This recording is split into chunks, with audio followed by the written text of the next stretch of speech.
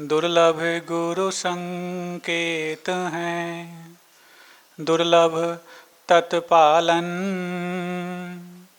दुर्लभ तम गुरु चरण में है समाधि धारण।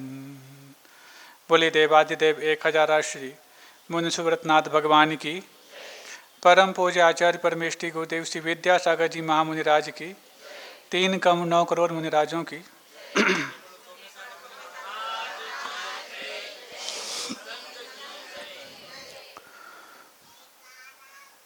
प्रतिज्ञा की सुरक्षा सुरक्षा की प्रतिज्ञा मानी जाती है। फिर से बोले, प्रतिज्ञा की सुरक्षा सुरक्षा की प्रतिज्ञा मानी जाती है। आपने कोई भी संकल्प, कोई भी प्रतिज्ञा, कोई भी नियम यदि लिए हैं और यदि उसकी आप सुरक्षा कर रहे हैं, तो आप ये मत मानिए कि आप अपने संकल्प की सुरक्षा कर रहे हैं, बल्कि आप ये मानिए आप अपनी सुरक्षा का संकल्प ले रहे हैं। और जिस व्यक्ति को ये बात समझ में आने लग जाती है, वो अपने को सुरक्षित करने के लिए संकल्पों को सुरक्षित अवश्य करने लग जाता है। बहुत ही कम समय और बहुत ही कम लोग ऐसे होते हैं जिनको अपने प्रतिज्ञा की सुरक्षा के बारे में कुछ योजना होती है। योजना के बगैर आप अपने प्रतिज्ञा की सुरक्षा करना चाहो, संभव नहीं है। तीर्थंकर जो कुछ भी प्रतिज्ञा लेते हैं, प्रतिज्ञा लेने के बाद उनकी उस प्रतिज्ञा में कभी भी दोष नहीं लगता। वर्धमान चारित्र के धनी होते हैं। बहिरंग प्रमाद उनको स्पर्श भी नहीं करता। अंतरंग प्रमाद तो हर व्यक्ति को स्पर्श करता है, ये अलग विषय है। फिर भी उस प्रतिज्ञा की सुरक्षा के लिए वो योजना तैयार करते हैं।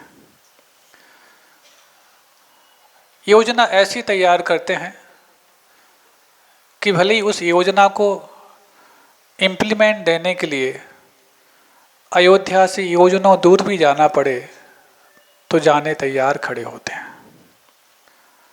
जब आपके संकल्प में कोई दोष लगने वाला ही नहीं है, आपका चारित्र हमेशा विकास को ही प्राप्त होने वाला है, तो फिर कम से कम उन लोगों को तो आचरण का दर्शन हो जिन्होंने तुम्हें आचरण करने लायक पाल पोस करके बड़ा किया है।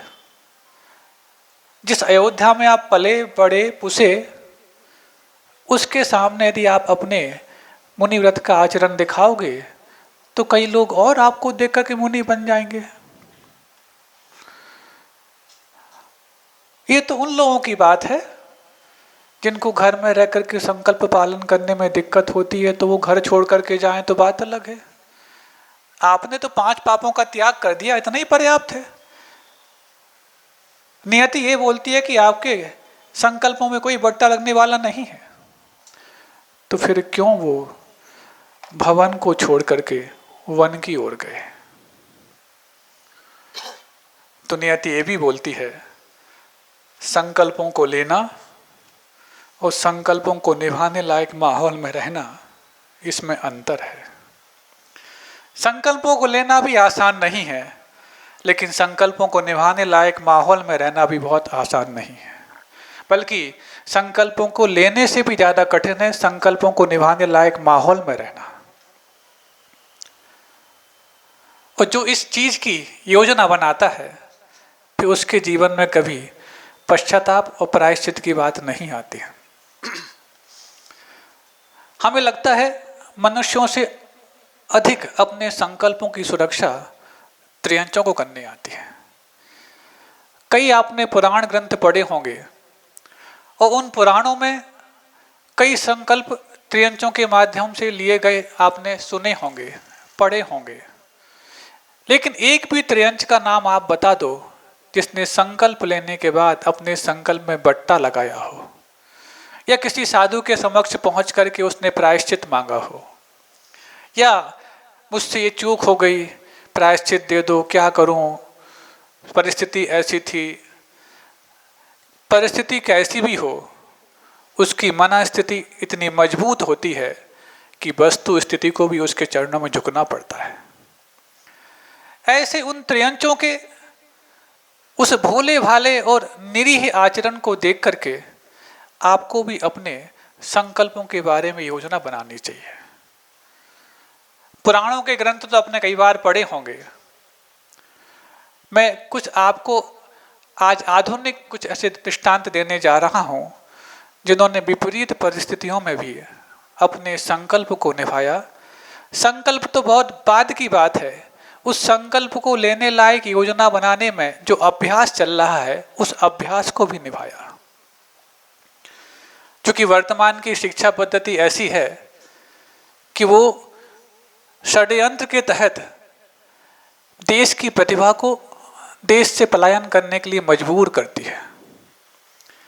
जैसे ही आपके बच्चे स्कूलिंग कंप्लीट कर लेते हैं, कुछ ना कुछ ऐसे स्कूलिंग टाइम में उनको सिखा पढ़ा दिया जाता है कि उनको अब ग्रेजुएशन लेने के लिए भारत में अपनी तौहीन लगती है, और उसको निभाने के लिए, उसको ठीक ठाक करने के लिए उनके जी जो स्कॉलरशिप्स GRE वगैरह के जो एग्ज़ाम्स होते हैं उनको दिला करके उस प्रतिभाओं को विदेश की ओर आकर्षित किया जाता है।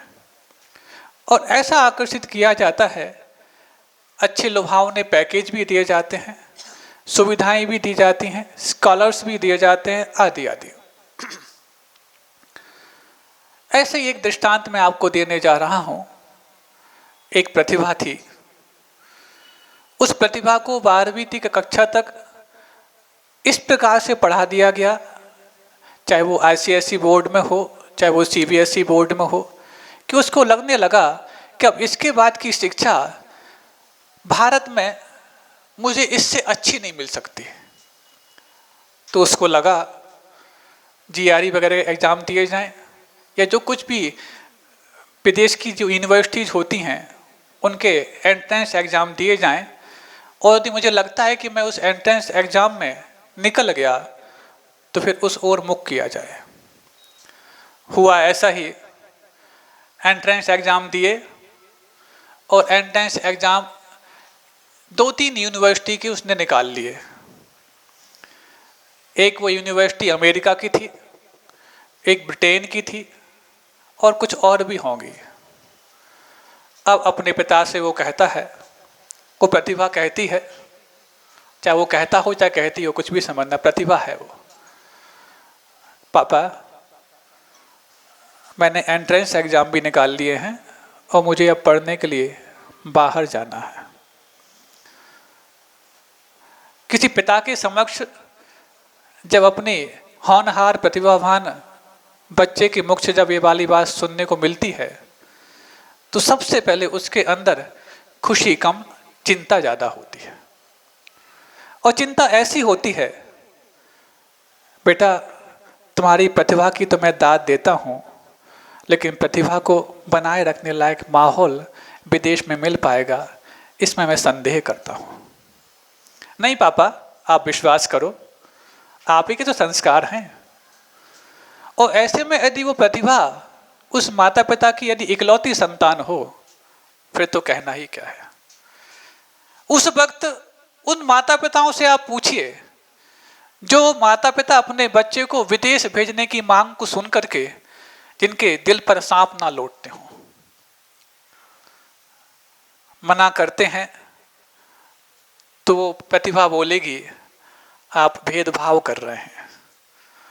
हाँ कहते हैं तो उस प्रतिभा के प्रति हमारा अन्याय ना हो जाए, ये चिंता सताती है। इस उधेड़-बुन में कई दिनों तक तो वो माता पिता उस बात को टालने का प्रयास करते हैं, लेकिन जिसने अपने दिल में ये पाल रखी है कि मुझे तो अब बाहर ही जाना है, कब तक टाल पाएंगे। माता पिताओं ने ऑफर दिया, बेटा भारत में भी तो कई अच्छे अच्छे विश्वविद्यालय हैं, वहाँ पर भी तो अच्छे अच्छे कॉलेजेस हैं। मैं तुम्हें सबसे अच्छे कॉलेज में दाखिला दिलाऊंगा, चिंता मत करना, कुछ भी हो जाए मैं करके दिखाऊंगा, बस तुम बाहर मत जाओ। जो माता पिता बन गए हैं मेरी बात को अच्छे से समझ पाएंगे, और जो नहीं बने हैं मेरी बात को इसलिए समझने का प्रयास भी करना कि ये समस्या आपके सामने भी आ सकती है। देखो, मुझे मालूम है यहाँ की यूनिवर्सिटी का लेवल क्या है, वहाँ कितनी एजुकेशन मिल सकती है, वहाँ कितनी पढ़ाई की जा सकती है। मैंने 12th क्लास करते वक्त ही उनके लेवल को समझ लिया था, तब तो मैंने फिर एंट्रेंस एग्जाम दिए विदेशी यूनिवर्सिटीज़ के। बेटा, कई बार नीचे रह कर के ऊपर के बारे में कल्पना करना गलत साबित होता है। तुम यदि कॉलेज में पहुंच जाते और फिर तुम यहाँ के कॉलेज और यूनिवर्सिटी की समीक्षा करते, तब तो बात ठीक होती। लेकिन तुम तो नीचे होकर के, पापा आपको नहीं मालूम, आज के समय में नीचे ऊपर का भेद ही खत्म हो गया है। कोई भी व्यक्ति कहीं भी रह करके कहीं के बारे में भी जांच परख कर सकता है। और जब वो प्रतिभा जिद पकड़ गई कि मुझे तो विदेश ही जाना है, माता पिताओं को चिंता हो गई। उन्होंने कहा कोई बात नहीं बेटा, एक अवसर दो, मैं तुम्हारे लिए दिल्ली के एक अच्छे कॉलेज में एडमिशन दिलाऊंगा, और सबसे बेहतरीन कॉलेज जो है वहाँ पर तुम पढ़ के देखो, तुम्हें लगता है कि तुम्हारे लायक वो कॉलेज है तब तो ठीक है, रुकना, नहीं है तो फिर तुम्हारी बात मैं मान लूंगा। उस प्रतिभा को तो मालूम ही था कि भारत का कोई भी कॉलेज होगा मेरे लेवल से कुछ नीचे ही होगा। ऐसा ही षड्यंत्र के तहत उस प्रतिभा के अंदर भर दिया गया था। फिर भी पिताजी जल्दी नहीं मान रहे हैं, उन्हीं की बात मान लो। पिताजी से कहा 1 महीने का समय मैं देता हूँ अथवा देती हूँ। ठीक है बेटा, तुम 1 महीने पढ़ के देख लो, लगता है कि तुम्हारे लेवल का है तो ठीक है, नहीं है तो फिर तुम जाना। समय दिया। अब जब उस शिक्षा व्यवस्था में षड्यंत्र ही था, तो षड्यंत्र के शिकार तो वीर अभिमन्यु भी हो गए। वो प्रतिभा कौन सी बात है। जब तक धर्म युद्ध होता है तब तक कोई भी वीर अपनी वीरता दिखा सकता है, लेकिन जब धर्म युद्ध समाप्त होकर के अधर्म की बात और षड्यंत्र की बात आ जाती है, वहां पर वीरता मोहताज हो जाती है।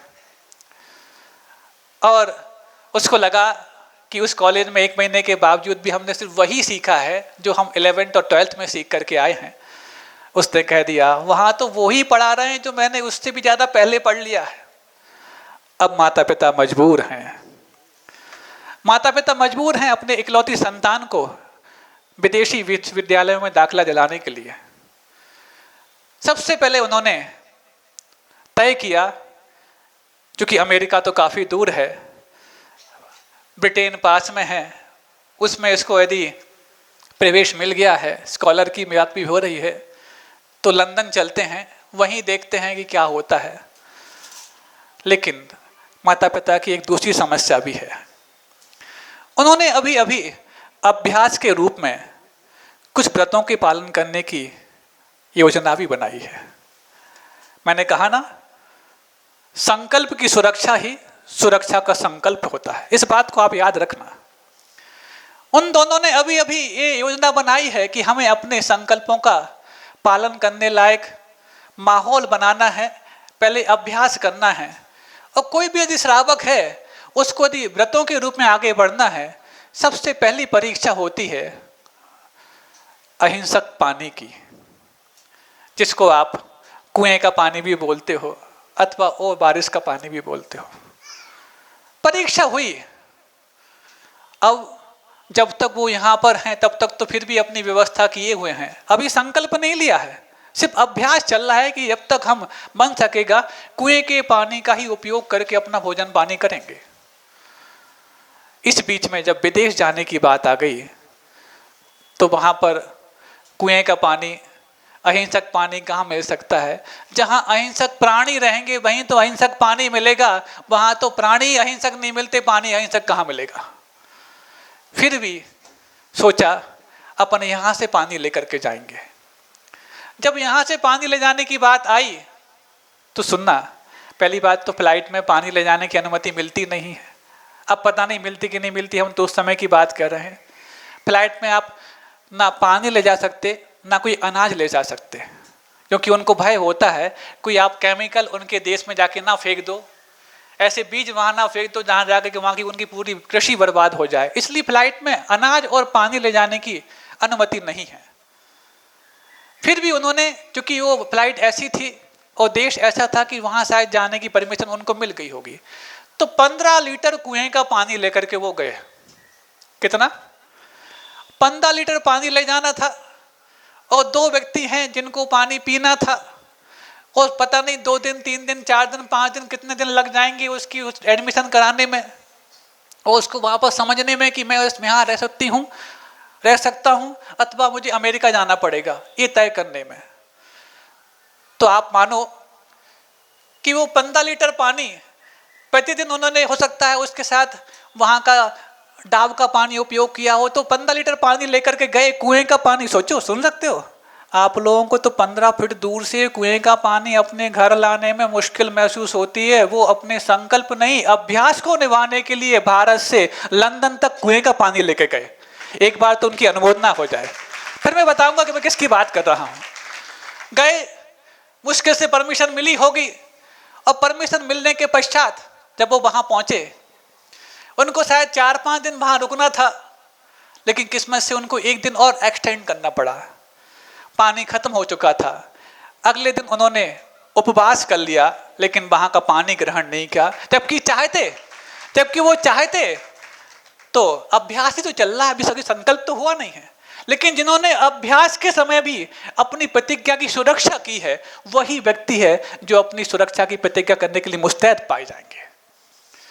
गए वहां पर 4 से 5 दिन, 5 से 6 दिन हो गए, उपवास कर लिया, लेकिन अभ्यास में भी बट्टा नहीं लगाया।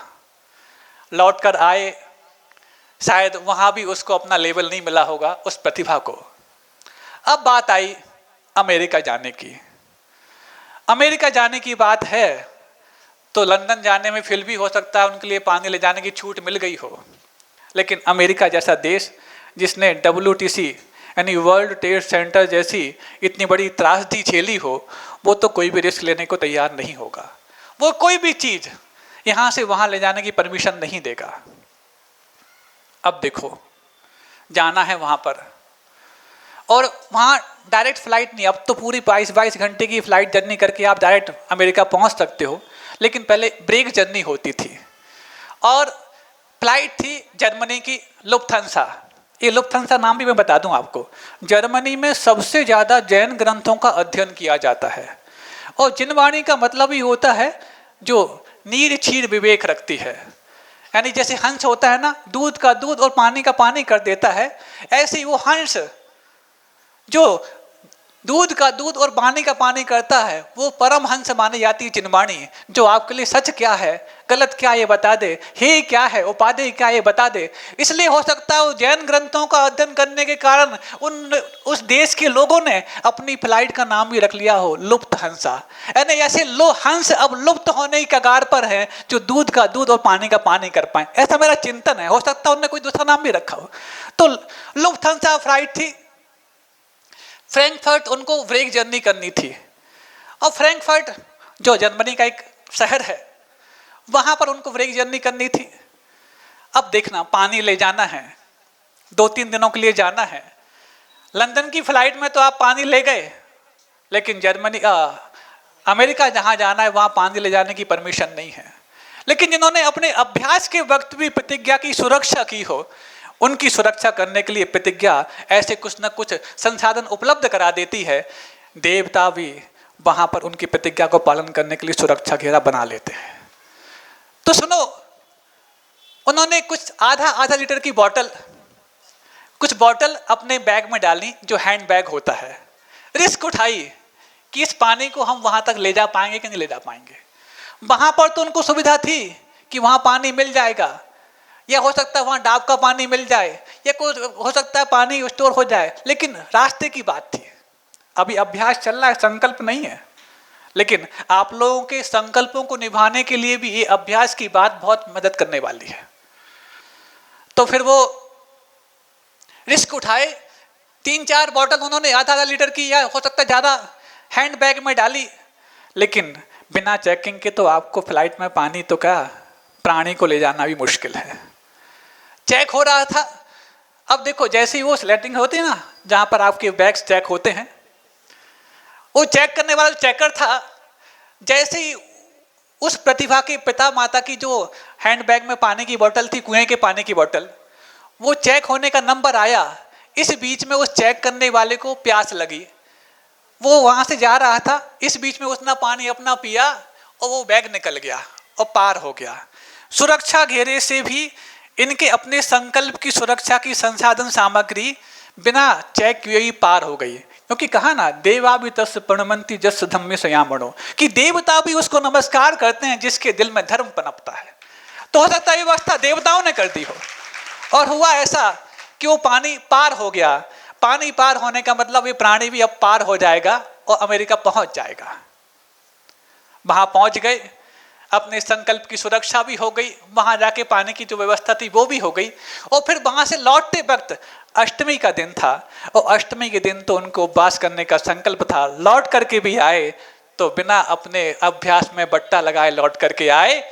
और जब लंदन और अमेरिका जैसे देश में जाकर के भी उन्होंने अपने अभ्यास में, और अभ्यास को भी संकल्प से बढ़कर के पाला, ये उनको आत्मविश्वास हो गया।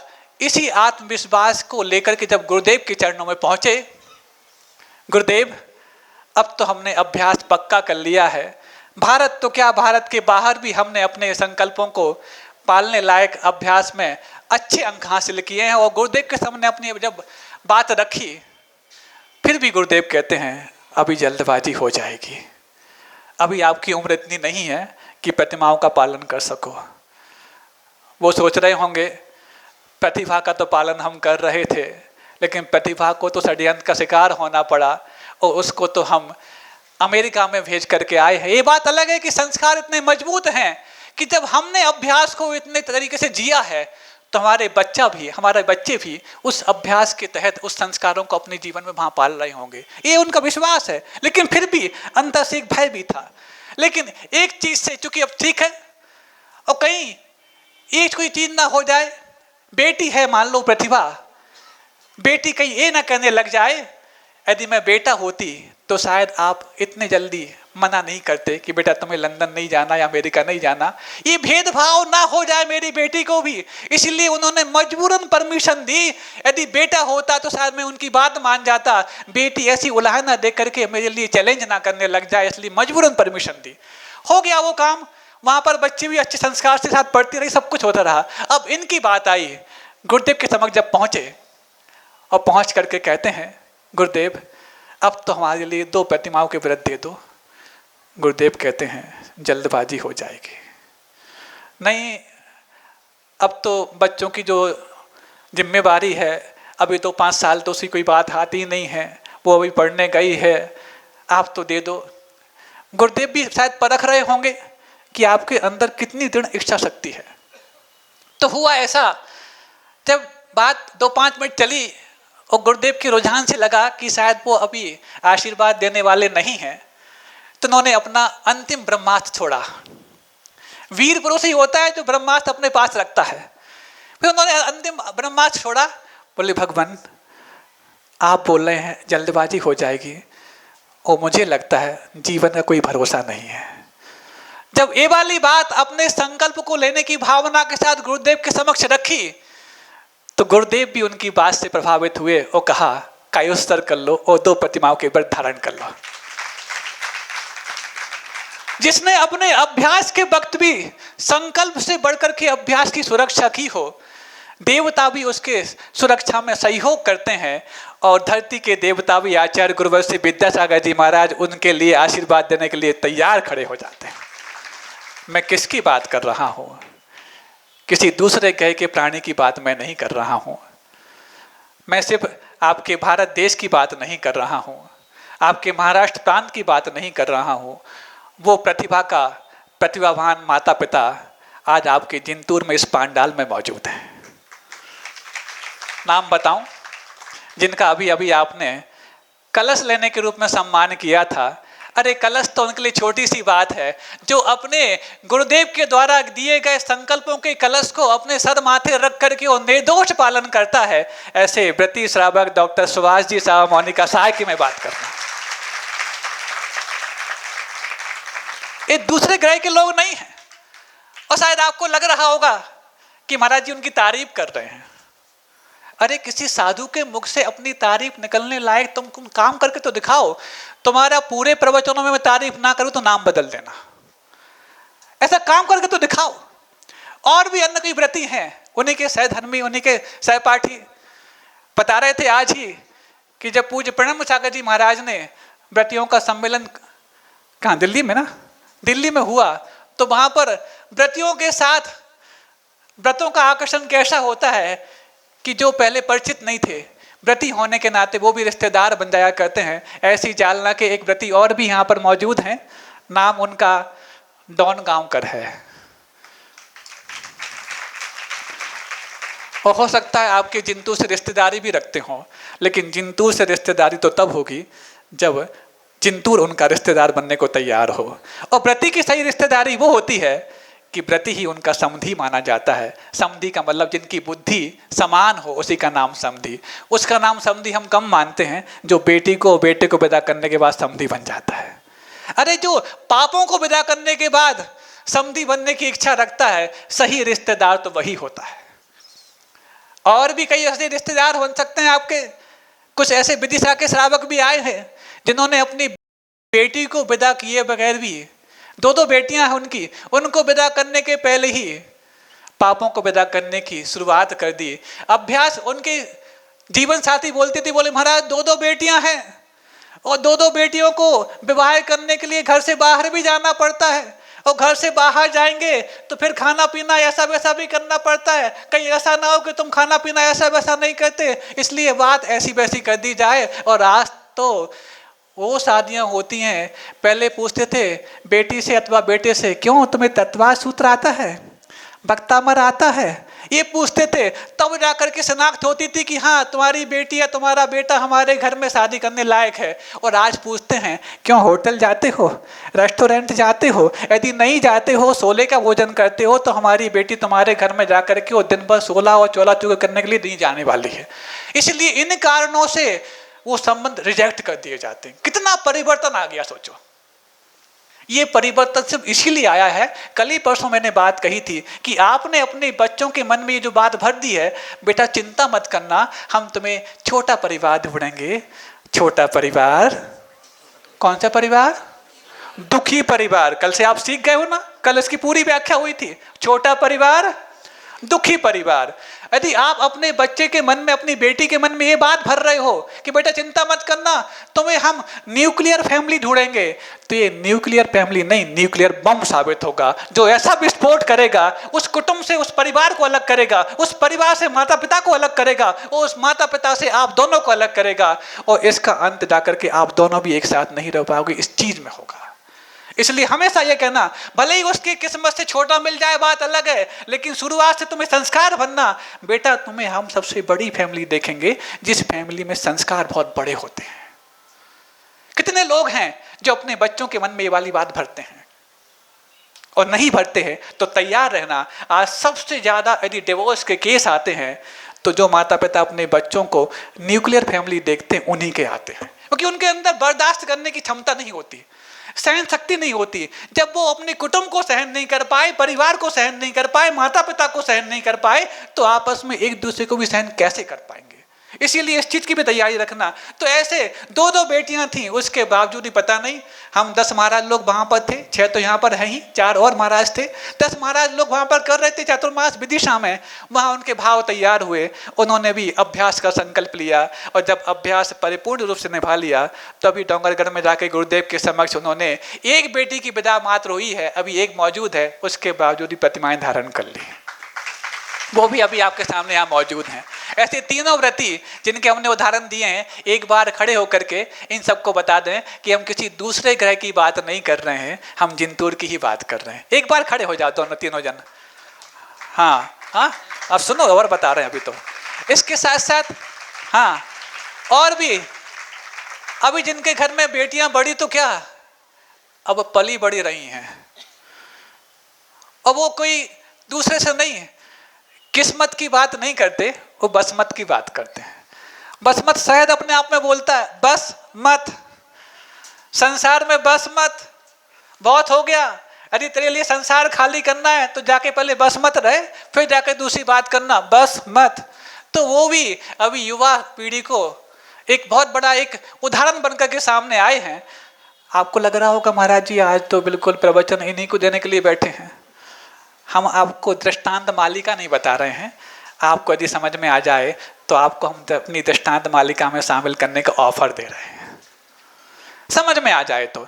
ऐसे ही वो कपिल जी यहाँ बैठे हैं, नाम तो उनका कंदी है लेकिन उनका कद बहुत ऊंचा है, और ऐसे में सोचो कितनी बड़ी बात है, अभी बच्चे छोटे छोटे हैं, प्रतिभा स्थली में पढ़ रहे हैं, उसके बावजूद भी उनके मन में ये वाली बात नहीं आई होगी कि बेटियां जब बड़ी हो जाएंगी, बेटा जब बड़ा हो जाएगा, उनकी शादी के वक्त जब हम रिश्तेदारी देखने जाएंगे तो वहाँ पर भी ये समस्या आएगी, क्यों तुम्हारे घर में बाजार का नमकीन आता कि नहीं, तुम्हारे घर में बर्गर पिज्जा आता कि नहीं, तुम्हारे घर में ये वो फास्ट फूड आते कि नहीं। और इस आधार पर जब हो सकता है उनके घर में आए हुए मेहमान आपके संबंध को रिजेक्ट करते जाएं तो उनको ये फक्र होगा, ऐसे मेहमान हमारे घर में संबंध रिजेक्ट कर गए, बहुत अच्छी बात है, कम से कम कुसंस्कारों को अपने घर में छोड़ने से आने से बच तो गए, नहीं तो किसी कुसंस्कारी को यदि हमारे घर में छोड़ जाते तो उनके कुसंस्कार का दंश हमें पूरे जीवन भर झेलना पड़ता। पहले ही तय कर लेना, ये मत सोचना कि हमारे बच्चे जब विदा हो जाएंगे तब हम व्रत लेंगे, अरे बच्चों की विदा होने के पहले हम व्रत लेंगे, ताकि पहले से खुली खुली बात हो जाए कि हमारे घर में सोला भी खूब होता है, हमारे घर में पानी भी सब अच्छे से होता है, और सारी व्यवस्थाएं मर्यादा के साथ होती हैं। जिनके जीवन में भोजन की मर्यादा होती है उन्हीं के जीवन में संस्कारों की मर्यादा पल सकती है। और आपको यदि ये लगता है अरे संस्कार तो अंदर की चीज है, भोजन पानी तो बाहर की चीज है, तो ऐसे ही एक बात लेकर गुरुदेव के पास एक व्यक्ति पहुंचता है और कहता है कि गुरुदेव ये खाना पीना तो बहिरंग क्रिया है, अंतरंग शुद्ध होना चाहिए। हमने कई ऐसे सोला वाले देखे, व्रती श्रावक देखे जो खूब सोला करते हैं, उसके बावजूद भी बार बार चिक चिक करते हैं और यहाँ बाकी बातें करते हैं। ऐसा होता है ना। और आप लोग ताने कसते हो, एक आसन करते हो लेकिन इतनी अपशब्दों को बोलते हो, इतना गुस्सा करते हो। बहुत अच्छी बात है, मतलब जो दिन में 10 बार खाते हैं वो तो कभी गुस्सा करते ही नहीं होंगे। फिर भी यदि मान लिया कि आपकी ये सोच और आपकी धारणा सही है, 1 मिनट के लिए मानता हूं, मैं मानूंगा नहीं, क्योंकि आप उन लोगों को फोकस ज्यादा करते हो जो अपने व्रतों का, अपने संकल्पों का निर्दोष पालन नहीं कर पा रहे हैं, उन लोगों को फोकस। जब दीवार मीटरों में सफेद होती है तो लोग ये नहीं कहते कि मीटरों में दीवार सफेद है, यदि उसमें डॉट्स होते हैं तो लोग ये कहते हैं मिलीमीटर्स में डॉट्स हैं। ऐसे कोई इक्के दुक्के यदि व्यक्ति मिल जाते हैं जो व्रतों का पालन करते हुए भी गुस्सा कर लेते, कषाय कर लेते हैं। लेकिन एक बात याद रखना, व्रती हो चाहे महाव्रती, उसको कषाय नहीं आती ऐसा नहीं, व्रतियों को भी कषाय होती है, लेकिन मजबूरी है, टिक नहीं पाती है। वैसे बोले व्रती भी कषाय करता है, क्योंकि संजुलन कषाय तो महाव्रतियों के पास भी है और प्रत्याख्यानावर्णी कषाय तो अनुव्रति के पास भी है, लेकिन उनकी प्रत्याख्यानावर्णी कषाय की उत्कृष्ट सीमा 15 दिन की होगी और संजुलन कषाय की उत्कृष्ट सीमा अंतर्मुहूर्त की होगी। 15 दिन के ऊपर उस व्रती की कषाय टिक नहीं सकती, उसकी मजबूरी होगी। इसको मजबूरी कहोगे कि मजबूती कहोगे? अनुमोदना करके बताओ कि मजबूती है कि मजबूरी है।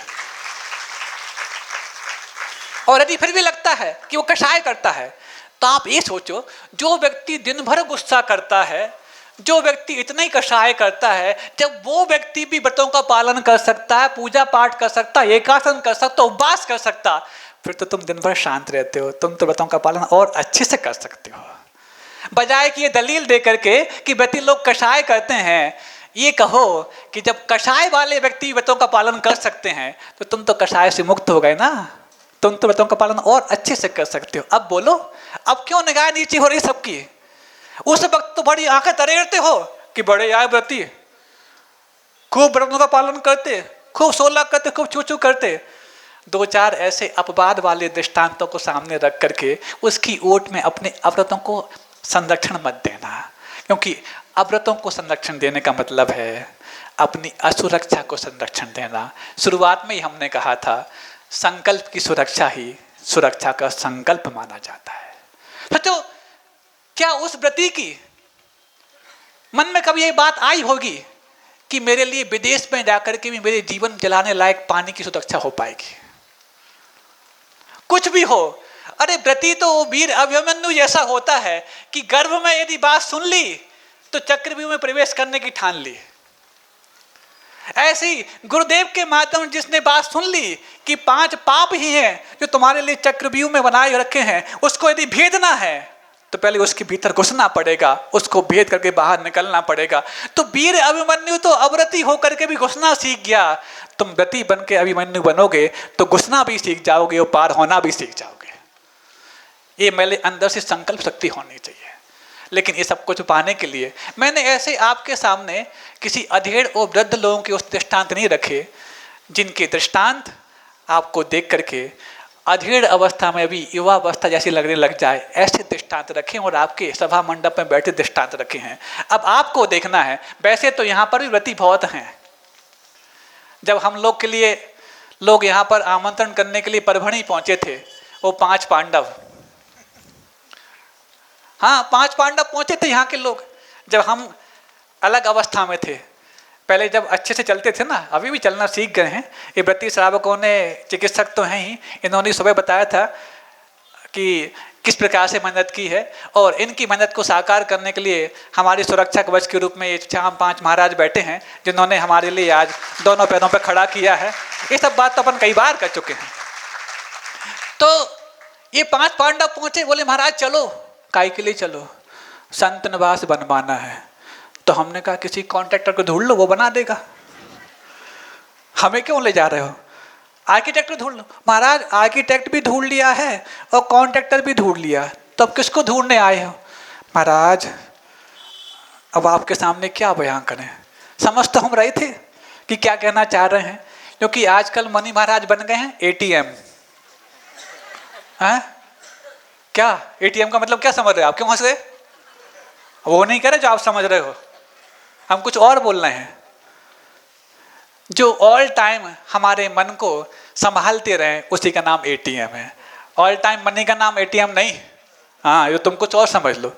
तो हमारे मन को जो संभालते रहे, और मन बिगड़ता कहाँ है? मनी के कारण। और जो हमारे मनी के कारण मन बिगड़ता है उसको यदि स्थिर कर दें, उसी का नाम तो एटीएम। जो हमारा व्यसनों की ओर, विषयों की ओर हमारा मन जा रहा था, वो वहां से बचा करके वो सही दिशा में लगाने लग जाएं, और मन तो जा रहा था धन के कारण, और धन को सही दिशा में लगाना सिखा दें, उसी का नाम तो एटीएम। अब बताओ एटीएम है कि नहीं? तो आए महाराज संत निवास बनाना है। क्यों बनाना है? महाराज आचार्य श्री आए थे, तब तो हमने चले गए, वो तो अब क्यों बनाना, पहले बनाते। नहीं महाराज, उस समय आचार्य श्री आए, क्षेत्र पर तो रुके, सौभाग्य की बात है, लेकिन जब हमारे घरों में उनके चरण पढ़ने की बात आई तो एक दिन भी नहीं रुके, चले गए। तो हमने कहा उनको कहीं जाना होगा। नहीं जाना तो था, लेकिन हमने समझा कि शायद हमारे यहाँ रुकने का स्थान नहीं होगा। तो ठीक है, बना लो फिर। समाज कितनी है? महाराज समाज यूं तो वैसे बहुत है, लेकिन मध्य प्रदेश की बात अलग है, महाराष्ट्र की बात अलग है। तो क्या कहना चाह रहे हो? महाराज अब तो आप 2 महीने से महाराष्ट्र में घूम ही रहे हो, 2 महीने में कितने मध्य प्रदेश जैसे वाले आपको दिखे होंगे, समझ में ही आ गए होंगे। तो हमने कहा कैसा बोलना चाह रहे हो, बताओ तो सही। महाराज धर्म ध्यान तो खूब करते हैं, लेकिन धन को, महाराज धन हो तो छोड़ें, है नहीं तो क्या छोड़ें? सही बात है, हमने कहा। तो हमने कहा क्यों बना रहे संत निवास? नहीं महाराज, भले ही हमारे घर टीन के हों, भले ही हमारे घर खप्पर के हों, लेकिन हम गुरु का निवास तो ऐसा बनाएंगे जो दुनिया में अव्वल हो। तो हमने क्या करना चाहते हो? महाराज बनाना चाहते हैं। समाज कितनी है? इतनी इतनी है। तो हमने कहा बना लेगी फिर तो। नहीं महाराज, आप लोगों के पहुंचे बगैर नहीं बन सकता। तो पहुंच जाएंगे जब देख लेंगे। फिर हमने कहा सुनो, मरीज आया है तो उसकी नाड़ी पकड़ के देख तो लो कि इलाज करने लायक है कि नहीं। कहीं ऐसा ना हो नाड़ी गायब हो और इलाज करने शुरू कर दो। तो नाड़ी पकड़ी इनकी, तो नाड़ी पकड़ने का प्रयास किया। हमने कहा हाँ क्या कर सकते हो आप लोग?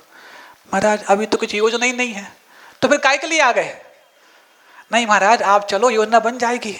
हमने कहा जब हम जाएंगे, जब बात की बात है, अभी हम 6 लोग यहाँ पर हैं और तुम 5 आए हो लेने के लिए, एक के पीछे एक भी नहीं आए। कोई बात नहीं महाराज, एक कम पड़ गया, अगली बार ले आएंगे। हमने कहा एक ही लाओगे क्या? नहीं महाराज सब आ जाएंगे, अभी तो चलो। हमने कहा ठीक है, आप लोग क्या कर सकते हो? तो उस समय इनको यही कहा, जब जन बल की आए बात तो मुट्ठी बांध के रखना, और जब धन बल की आए बात तो मुट्ठी खोल के रखना, तुम्हारा काम अपने आप हो जाएगा। तो कुछ बातें और कहीं, और वो शूकर का उदाहरण दिया जिसके पास आवास नहीं था फिर भी आवास दान में प्रसिद्ध हो गया, जिसका खुद का आवास नहीं था। शूकर की घटना कई बार सुनाई है आपको। जिसके पास खुद का आवास नहीं वो भी आवास दान में प्रसिद्ध हो गया। फिर तो तुम्हारे भले ही टीन के हो, आवास तो हैं, तुम आवास दान में प्रसिद्ध क्यों नहीं हो सकते? तो उन पांचों लोगों ने अपने अपनी तरफ से एक एक कक्ष का आवास दान पक्का कर लिया। हमने कहा चलो नब्ज तो चल रही है, ठीक है, जब नब्ज चल रही है तो आगे इलाज भी हो सकता है। इसके पहले कि वहां से हम यहाँ तक आ पाते, अपनी इलाज कराने लायक हो गए। अब पता नहीं ये आपके पुण्य कर्म का उदय था कि हमारे पाप कर्म का उदय था। महाराज दोनों थे। आपके पाप कर्म के कारण हमारे पुण्य की उदीर्णा तो हुई है, पक्की बात है। हुई कि नहीं हुई? 4 दिन के लिए आए थे, 5 महीने निकल गए, 4 महीने अभी और बाकी हैं। भगवान, तो ये 5 आए थे पांडव, अपने अपनी उन्होंने मुट्ठियां खोली, और मुट्ठियां खोलने का अंतिम जब उन्होंने वो तमगा लगाया तो 9 तारीख को गुरुदेव के पास भी जब पहुंची बात कि जिंतूर के लोगों ने भी मराठवाड़ा में एक कीर्तिमान स्थापित कर दिया कि जिनके स्वयं की छत पर टीन हो वो भी गुरुदेव के लिए जब आशियाना बनाएंगे या वो अपना संत निवास बनाएंगे, वो ऐसा होगा जो मराठवाड़ा में अव्वल होगा। तो गुरुदेव ने कहा, कई लोगों को बताया वहां पर कि देखो छोटे से गांव ने भी इतनी इतनी अपने लोभ की त्याग किया है। त्यागी के समक्ष त्याग की चर्चा होना स्वाभाविक है, और जो महात्यागी हैं, महावैरागी हैं, यदि उनके सामने आपके महात्याग की चर्चा हो जाए तो कौन सी बड़ी बात है। आपने भी अपने जीवन में जो संभव था अपनी भूमिका के हिसाब से वो भी एक महात्याग किया है। इसी भूमिका पर यदि अब पापों का त्याग और होने लग जाए तो देवता भी जिंदूर में आकर के और जो विधान की आप बात सोच रहे हैं वो करने आ जाएंगे। संविधान जहाँ बनता है वहाँ विधान तो अपने आप हो जाते हैं, लेकिन संविधान के लिए पहले संकल्पों की सुरक्षा आवश्यक है, तब जाके सुरक्षा के लिए संकल्प देवता भी ले लेते हैं। अहिंसा परमो धर्म की, बोधि समाधि परिणाम शुद्धि, स्वात्मोपलब्धि शिव सौख्य सिद्धि, चिंतामणिम चिंतित वस्तु दाने, त्वाम वंदे मानस्य ममास्तु। और भी व्रती यहाँ बोले हैं जिनको मैं नाम नहीं ले पाया, ये ना समझें कि उनको मैं जानता नहीं हूँ। सैन गांव के व्रती भी लोग बैठे हैं यहाँ पर, और भी बैठे हैं जो यहाँ पर जो 5 पांडव थे उनमें से कई व्रती हैं। वेंकटेश्वरी जी हैं, संगई जी हैं, वायकोस जी हैं, और भी जो हैं बहुत सारे व्रती हैं, और बहुत सारे बनने की कगार पर हैं, घर पर भी हैं। लेकिन ये नाम लेने का मतलब ये नहीं है कि मैंने समय जाया किया है। आप लोगों के पुण्य को बढ़ाने के लिए और पुरुषार्थ में जुनून लाने के लिए इनके नाम बताए हैं। अहिंसा परमो धर्म की।